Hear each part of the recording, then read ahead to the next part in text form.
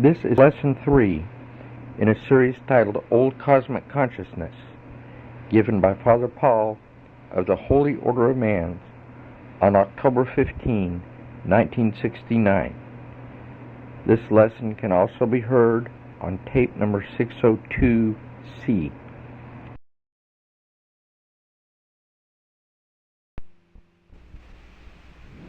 Back to cosmic consciousness again tonight. We all had cosmic consciousness to the highest degree. Error would probably be completely eliminated, and consequently, there would be no penal codes necessary to correct the errors of human individuals. Such a perfect world is inconceivable. A world is inconceivable that is not at some time different or imperfect to something else. A world in which every human being had advanced to a state of cosmic consciousness where his whole life and activity would be completely in attunement and in harmony with God and the laws of the universe. Such would be what we would here call a utopia. And although philosophers and writers dream of an ideal state or an ideal group existence, the dream has frequently been established upon the wrong premise. We cannot understand what kind of existence or what motives or incentives there would be for living and advancing any further if we had all reached a state of absolute consciousness with the Creator. Consciousness in a state of perfection. What consciousness would there be? Surely such a state will exist at some time in the future, and no doubt when we reach it, we will find a nobler enterprise, a nobler adventure in which to seek a greater adventure.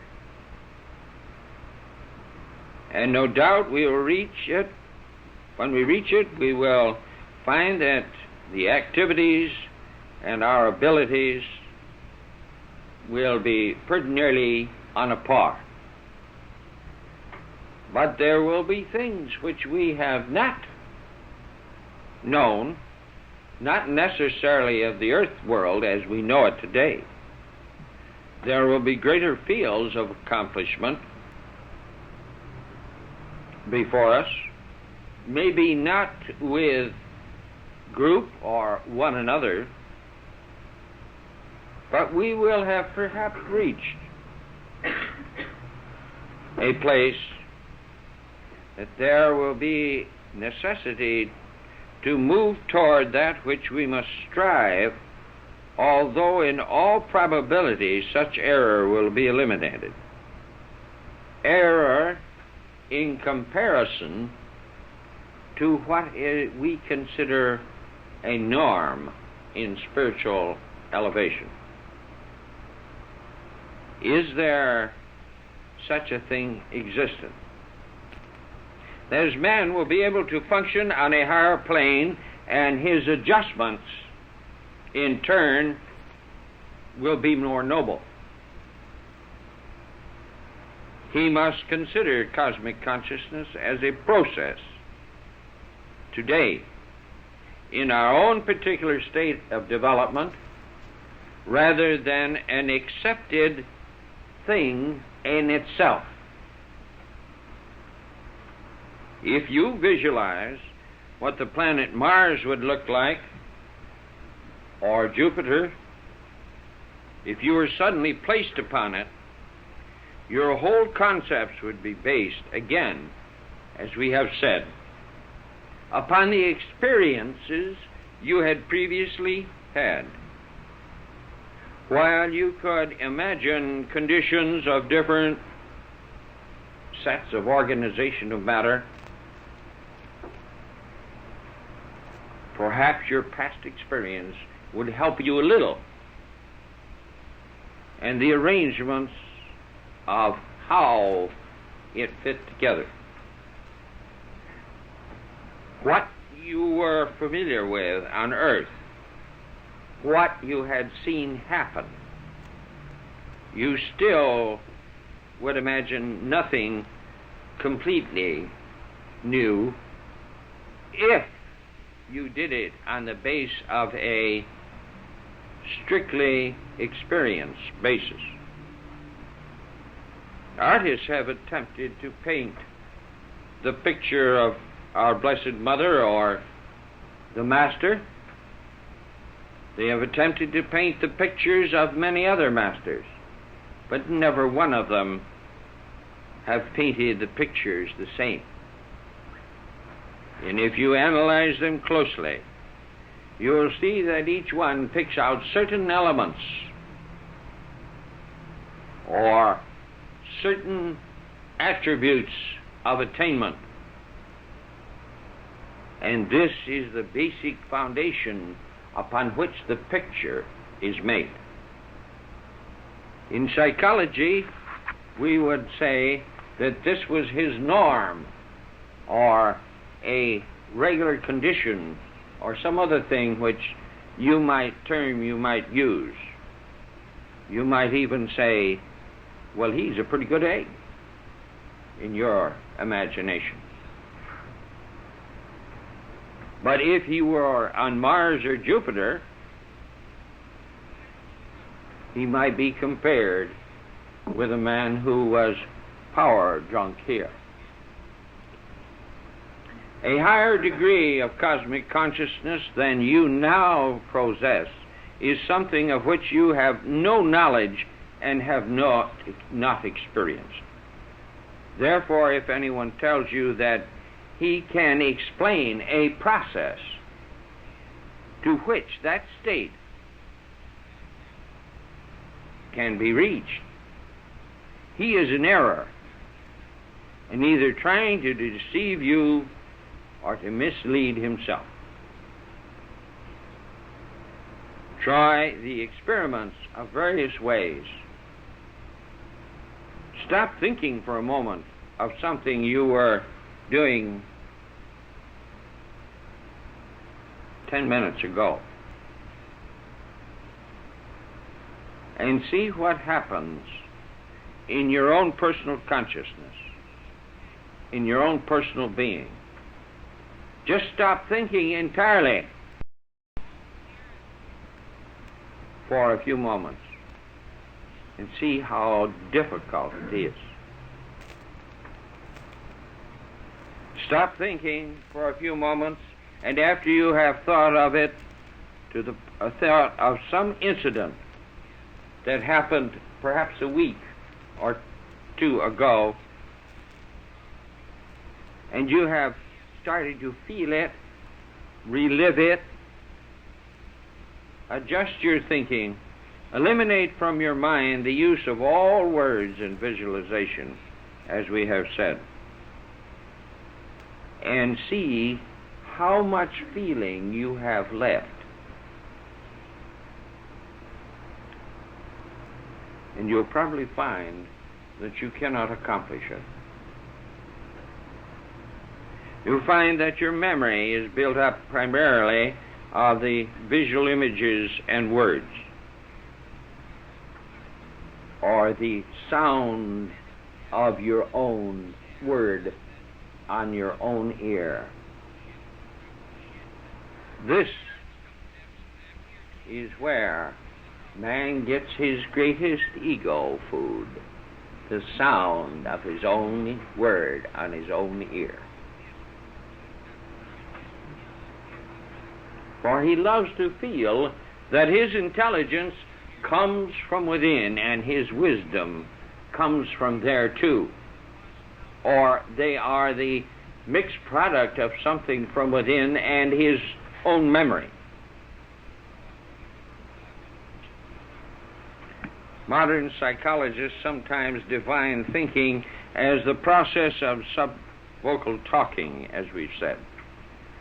Subvocal talking is just another way of trying to appease your own self and comfort yourself when you start to feel that you are alone. For the absence of thought brings into your consciousness and feeling the tremendous impact that there is a greater intelligence moving within you somewhere. But you can't hear. You can't hear the voice because something seems to screen it out. The reason that you cannot recall things frequently or an incident from your memory without words or imagery is because you cannot conceive of the incident except in terms of your experience. You cannot reconstruct the consciousness of an incident with which you are familiar without utilizing the products of your knowledge and experience, because most usually they involve emotion which cannot be relived without the increments of that scene and that event being existent. Now, the life forces of the increments of that scene must be present for emotion. You cannot be emotional about some individual who has not lived here.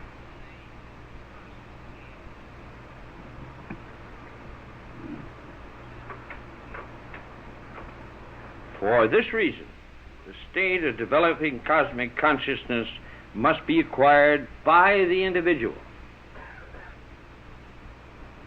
It is equally clear that the interpretation of psychic experiences and psychic phenomena cannot be done second-handed. Psychic experiences become understandable to you alone because they are the product of your experience. It's a term of your own understanding, not in terms of another, for this would change the entire picture. We can illustrate these in many ways. Psychic experiences which you have will be transformed into objective manifestation on the basis of your own understanding and your own ability. No one can interpret that experience for you because you alone are obligated to interpret it into the purposeful existence in the world you serve and your relations to others who are seeking for further development. Therefore, the acquiring of cosmic consciousness is not an event. It is not a way. It is a process. It is a state of vibration through which, as a channel, we gain the greater reality, and the whole being is raised during that period of conception and consciousness. The best we can do is to work to achieve the continuation of the process itself.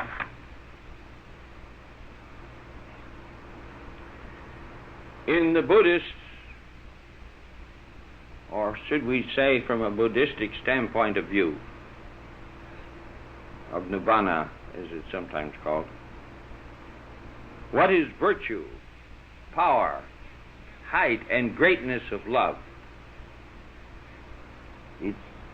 Its virtue is that nothing, hence all things proceed, and its power is in and through all things.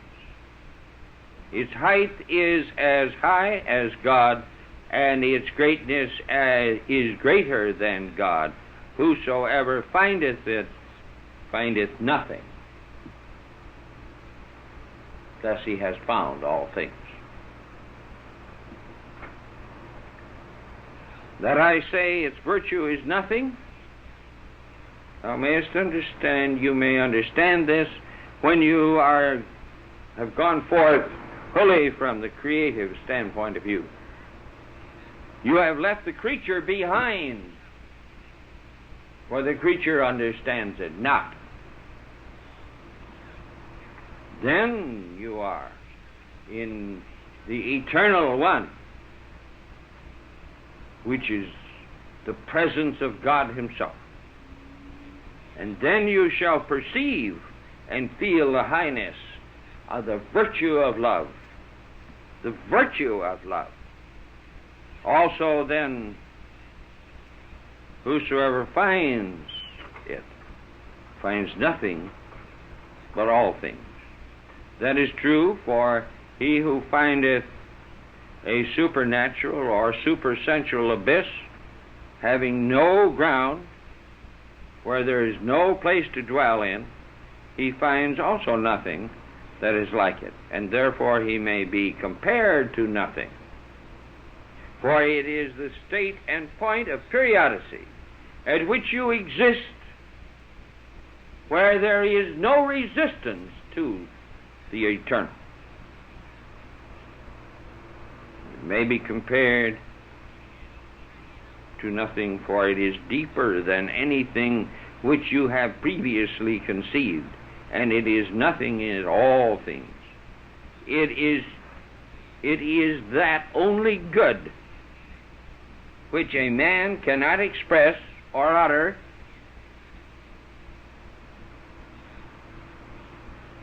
or explain what it is. Thou findest it, you have come upon and into the ground from whence all things have proceeded, and thereby we subsist, and you have found it and become king of all the works of the Father. This is what was said when it said in the Testament that we couldn't know God. You don't know. You experience. You don't know. You experience. Have you ever had a monition of some sort? You know, that something that comes that you don't feel anything, there's nothing around you that indicates or motivates an idea of this type? Or what you feel, you didn't get a chill down your spine, you know, or somebody didn't bat you over the head with a baseball club, and nobody pushed you off the street, and nobody said anything, nobody did anything. You weren't in an argument with anybody yesterday. You really, has nothing happened that's out of the way at all, or anything different, and yet you have a monition of something. A sudden intuitive flash in the form, perhaps, of a question. And its right answer is simultaneous in the same point, spot, and interim of the question. For this is not in time. Perhaps the experience you may have been realizing a definite problem sometime or other in the past, and have been looking for a consequent solution to it. You may rely on what you receive. You may reply to this question, well, often I have taken a question or a problem to the cosmic, and sometimes immediately or subsequently the answer or the solution, would be forthcoming. However, that is not what we are referring to. In such an incident, you first consciously created your question, or the problem developed objectively out of your own acts, out of your own thinking, out of your affairs, and then you took it to the cosmic mind for assistance. But this is not it. What we refer to, and we have referred to it, is that the consciousness of the problem or the question is now unfamiliar to you, and as unexpected as the answer to the solution that you receive. In reality, you had previously never given thought to the question or the problem.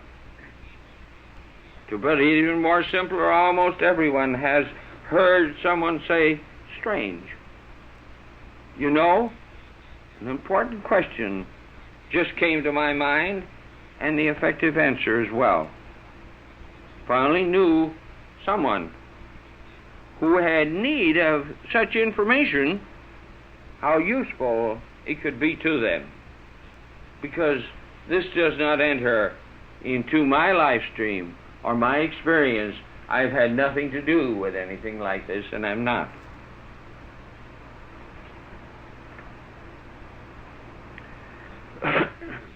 If I only knew someone, if I could only go to someone who needed this information, how useful and how thankful they would be.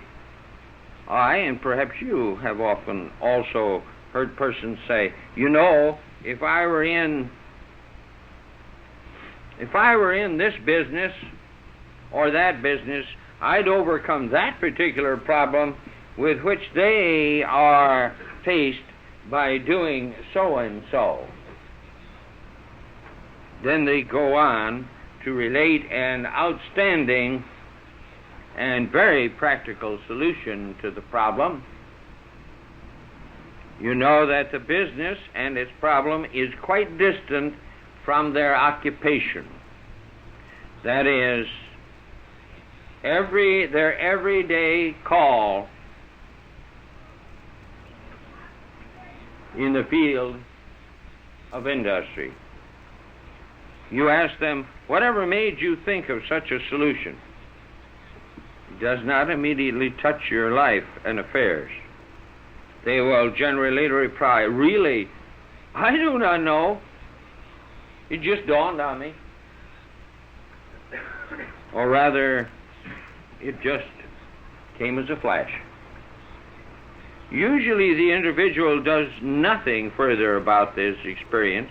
He either merely relates it to the friend or keeps it to himself and eventually forgets the answer and passes it by. The solution would be extremely helpful to some person or concern who needed it.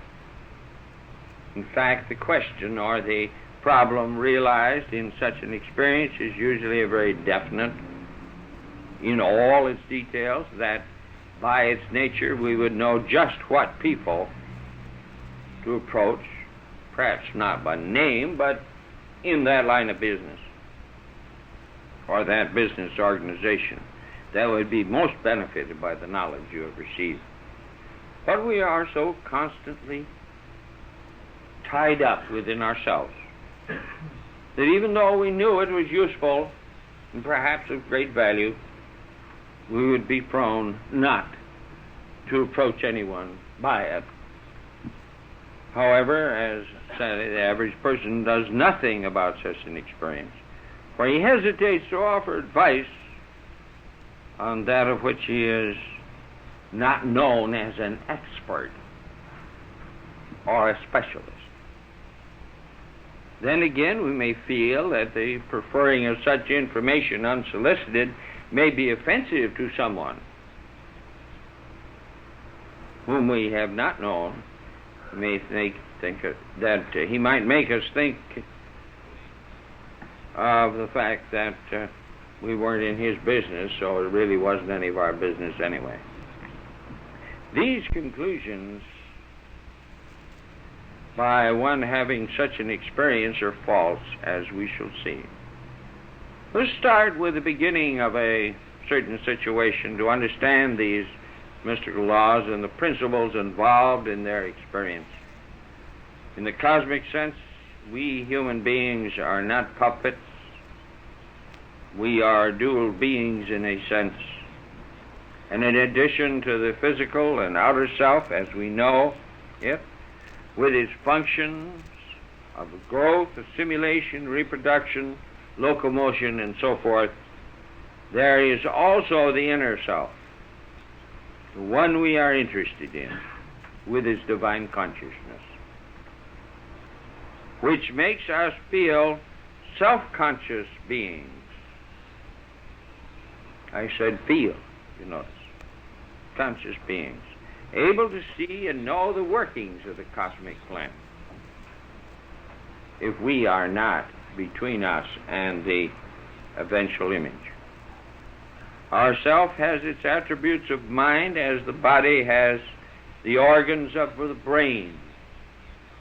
And this makes it possible for us to think or attempt to evaluate our world, or at least try, and to adjust ourselves to other cosmic creations about us, men and matter. Consequently, it is futile, through prayer, petition, appeal, or any of these methods, to expect cosmic intervention into a temporal affair to the extent that the cosmic will do for us these things which lie within our own providence, which we do not move or try to do for ourselves at all. Because we are the tool through which the cosmic can work.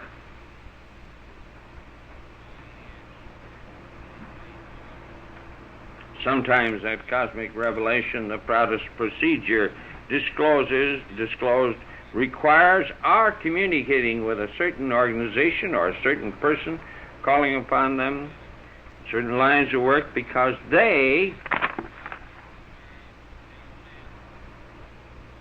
could not hear it themselves, and we could best hear it ourselves.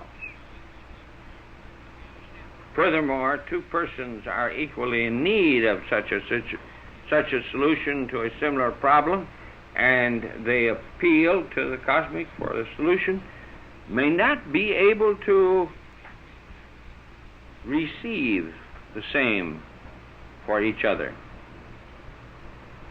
if they were working in teamwork together in a place. The procedure for the solution which the cosmic implants into the consciousness as a suggestion is always commensurate with the intelligence and the experience of the individual. In other words, it is not likely the doctor down here is going to receive anything about super space and how to run a rocket. You see, it isn't likely that Louise here is going to receive anything in chemistry, because she doesn't have the words and the forms or the consciousness of chemistry for the thought to come through so she could give it to somebody else. She could hear it, but it would be entirely lost to her.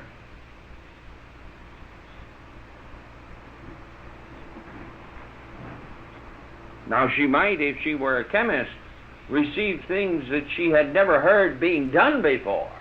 That's a different thing. But she just doesn't happen to have the channel for that sort of thing. On the other hand, she might get a recipe for some food or some other thing of this sort that nobody ever heard of before. But she has the channel to do this. And this is why the cosmic oftentimes sends things through another channel entirely for the help of some individual, where it is entirely important and very, very essential that it get through. This procedure for the solution cosmic implants into the consciousness as a suggestion is always commensurate with the intelligence.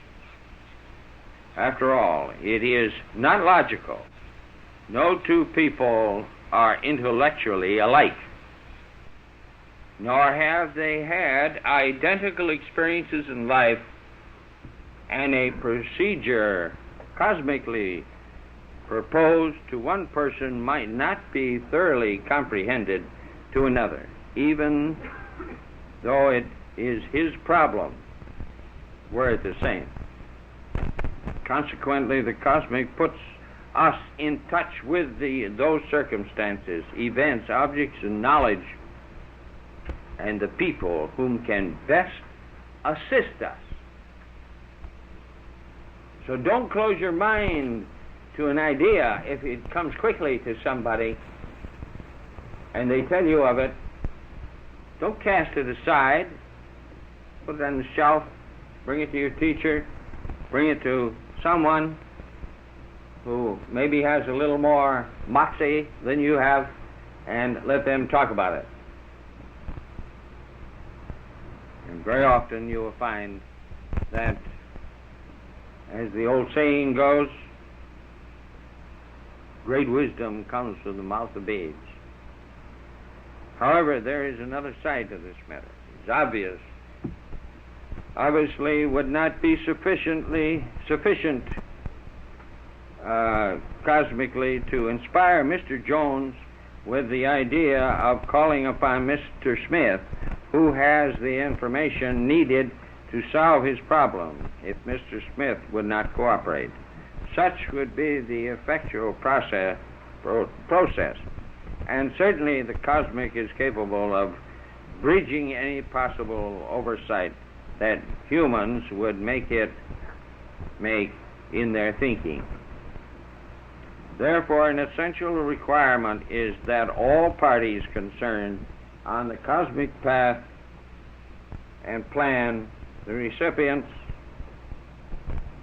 and those whom are to help, must be aware of their particular part. Now, this isn't some mysterious sort of thing, for there are many people whom leave this earth whom have got to the point where they help to see these things done. Businessmen, for example, whom have been laboring with a problem of vital importance to their welfare and perhaps humanity as well, have finally turned to the cosmic as a court of last appeal.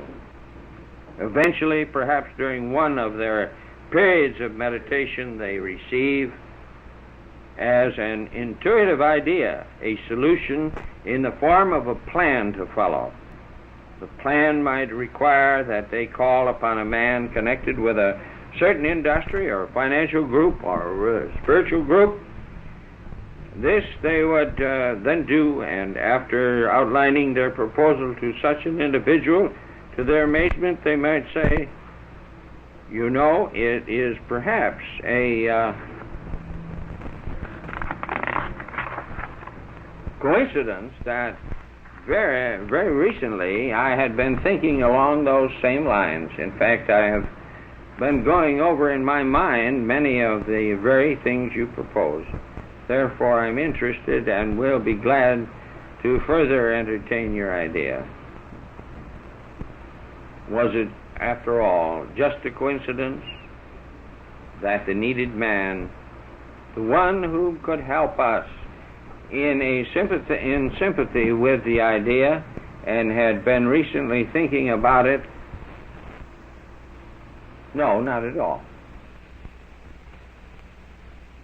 You know, we glibly talk about the White Brotherhood and the archangels and the angels of heaven and all these other things in the Good Testament, but somehow or other we lose the idea that there's any reality to it. And when it comes to solid things of earth, we seem to feel that nobody sees what's going on down here. Well, don't be mistaken. In the cosmic plan, such an individual was selected to play the part. Consequently, he was cosmically made to think about the problem, and when one who needed aid called upon him, he was mentally prepared in the frame of mind to perform the assistance. Can you now begin to understand why men and women, all of us at times, intuitively receive impressions of questions with their complete answers? Some time ago, I stood in the room of a hospital having a cup of coffee with a doctor whose name I will not give because he is very prominent throughout the United States. And I said to him, "Doctor, some of the surgery you perform is certainly miraculous." He was puffing away at a cigarette, and he looked at me and he smiled and he said, "I suppose it looks that way, doesn't it?" He said, "You know, from the moment I make the first incision until I finish the operation, I've often wondered how I was going to do it." Because he said, "You know, I am sure that my hands are not delicate enough to separate the tissues and the layers of tissue, which I do when I perform some of these operations." Well, I said, "What do you think does it?" He said, "I'm so sold of the idea, and I know it's so right,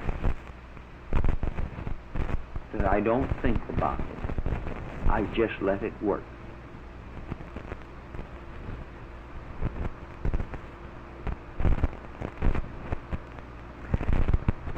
It means that we have been cosmically selected because of our particular reason, background, our experience, to help someone else.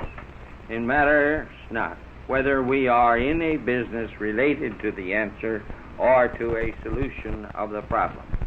The fact that we are capable, within our own objective thinking, of forming the right solution is the reason why we have cosmically been ordained to perform this service. That is why the working and carrying out of the idea of cosmic consciousness, carrying it out with you, making yourself receptive, opens a new path and a new way for expressions to come through. Now it becomes a moral duty to offer the results of your experience to those who are in need of it.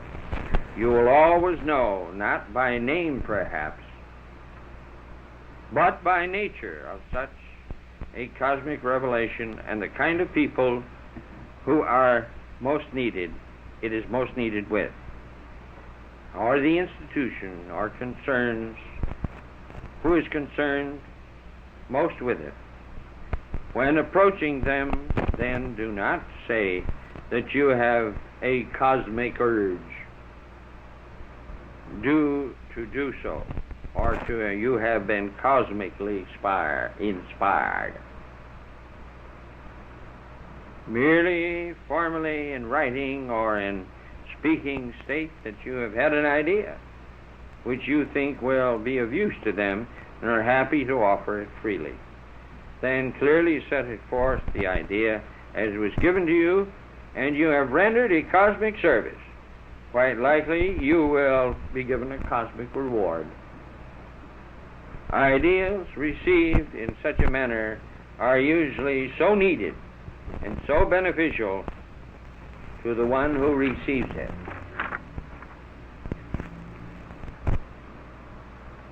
that they are extremely grateful. He will probably express his gratitude, perhaps in a material way, perhaps you will receive it through some other person, which you are entitled to accept if it is offered. But never ask for compensation.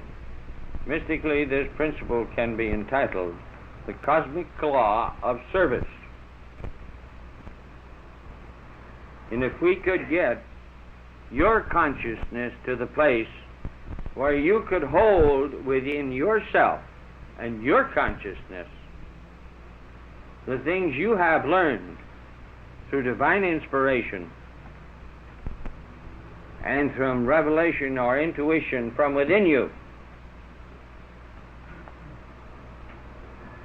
and that you would not go and say to Mrs. Jones, the self told me, or God told me, but say, Mrs. Jones, don't you think this might work? Oh, I know. Your ego takes an awful beating when you do that. But try it sometime. Try it. You'll be surprised the result. I hear a lot about the acts of,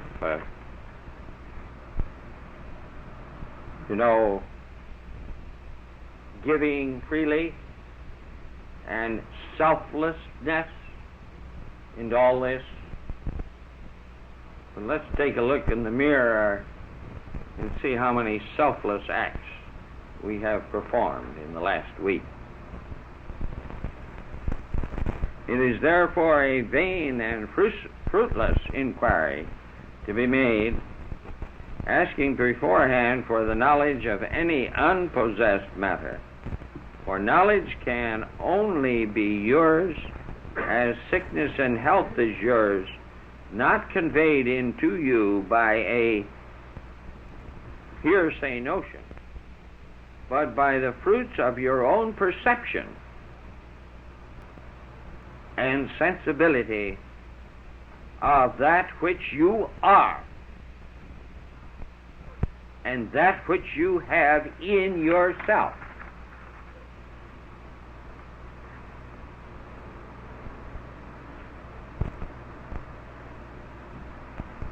After a truth has been nurtured sufficiently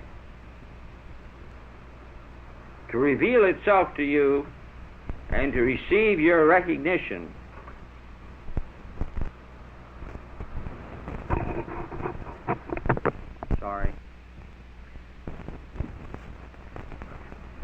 recognition to such an extent that you can sense it and call it truth, it is then your truth. And you are not lying if you said, I had an idea. Your truth of universal origin and divine decree, and it belongs to you, and you cannot pass it to another. Most certainly you cannot buy it. It cannot be paid for. Any attempt on your part to reveal the great truth which has to do with you, or any groups of truth, to another person, will result in nothing more than a wordy explanation which you might pass on to someone that would start him thinking and wind up in confusion. And thereby the soil of his consciousness for divine use in seeding it with the truth of the cosmic would only be plowed again, and the furrows for the seeds of those plants of wisdom would have to be remade. A truth revealed to you by someone else is merely a statement,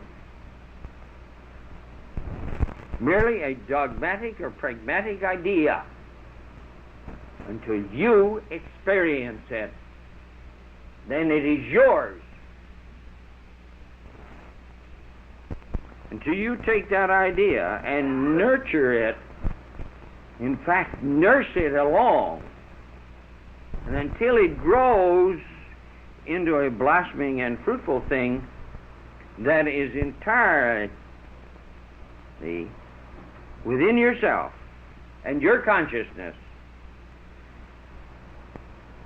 when the idea has been planted and you've allowed it to grow, then it is your truth. So you see that there is no such thing as the possibility of an individual or an organization either giving away or selling sacred truth. This is a fallacy.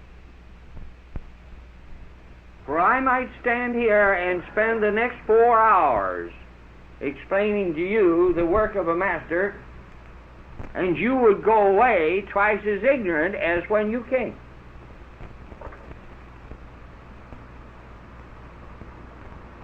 And I would be 4 times as ignorant for trying to do it.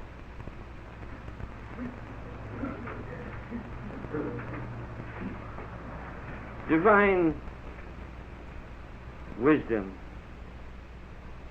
is something that comes from within you, and it is not brain. It is not books. It is experiencing the combination. And I'm going to use a combination of words here that you have not heard assembled.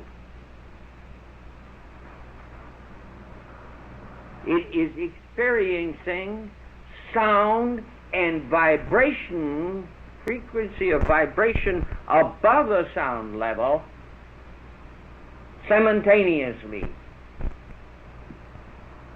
Now that's one for you to take back and meditate on.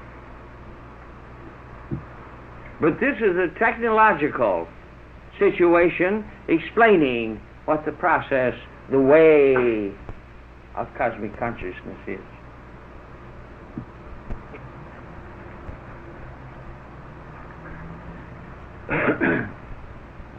The lessons that you have heard here in this regarding the subject of cosmic consciousness have been filled with thoughts that may easily grow into truths because of the way they have been planted. We have scattered the seed of the divine wisdom here tonight into your conscious channel of thought. Through these lessons, through your meditation, there can be developed and developed into a fullness, a sound within, and a frequency of vibration through which the wisdom can come. The coming of cosmic consciousness is like the change that takes place in a young man and young woman at, let us say, 10 to 13 years of their life. Aside from the sexual changes that occur then, there are other psychological and mental changes. But these changes are gradual. And that is difficult to tell when they begin and when they end. We know that they have occurred by the results which they produce. We know when young men and women have passed through the period of change by the outer and inner manifestation, especially by the effects that the changes leave mentally, spiritually, and the attitudes of the person. An attempt to say how that cosmic consciousness will come only at a certain period in each person's life, as we say, or we call this in young people puberty, or a change of a physical nature, this is incorrect. Cosmic consciousness may come to the person less than 20 years of age, or it may come, as it does to a great many, after 80 years of age. It is not uncommon for it to come to a person those persons who have been 50 to 65 years of age. Not only must the body be more or less healthy, because cosmic consciousness will develop terrific power, but there must be a certain number of years spent in the preparation and the thought and placing oneself within the category and framework of the reality of the great knowledge and the great wisdom of God. Whether we take the life of St. John the Baptist or St. Paul or St. John, or John the Baptist or St. John, or others, we find these great men spent much time in prayer, meditation, and contemplation, and we find also that their lives were synthesized with it. No doubt their hours and periods of reading and studying and contemplation were disciplined over by a definite length of time. They also acted upon them. The consciousness came to them. They knew that it was so, especially the same as Boheme knew, the old cobbler, and many others. But it is the same if you are trying to attain the light, as Jesus instructed us to say, or to do rather. If thine eye be single, he said, thy body shall be full of light. Well, if your consciousness is single, and you carry the form of the acceptance of it, and go on acting as you would expect someone to act who was trying to receive and hear the words of wisdom, then you will receive it. For it is like the standing between two things.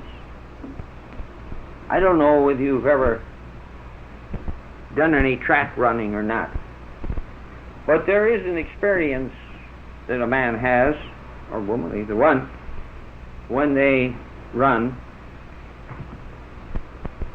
You have put great effort. You have run the 100 yards. You have reached the goal. And you motionlessly become motionless. You may run a few steps past the line, or maybe 50 feet, but when you stop, your whole being is going forward. But your mind and your effort is quiet. It's the interim between these two in your spiritual and your living existence where the consciousness comes down through. Did that come in?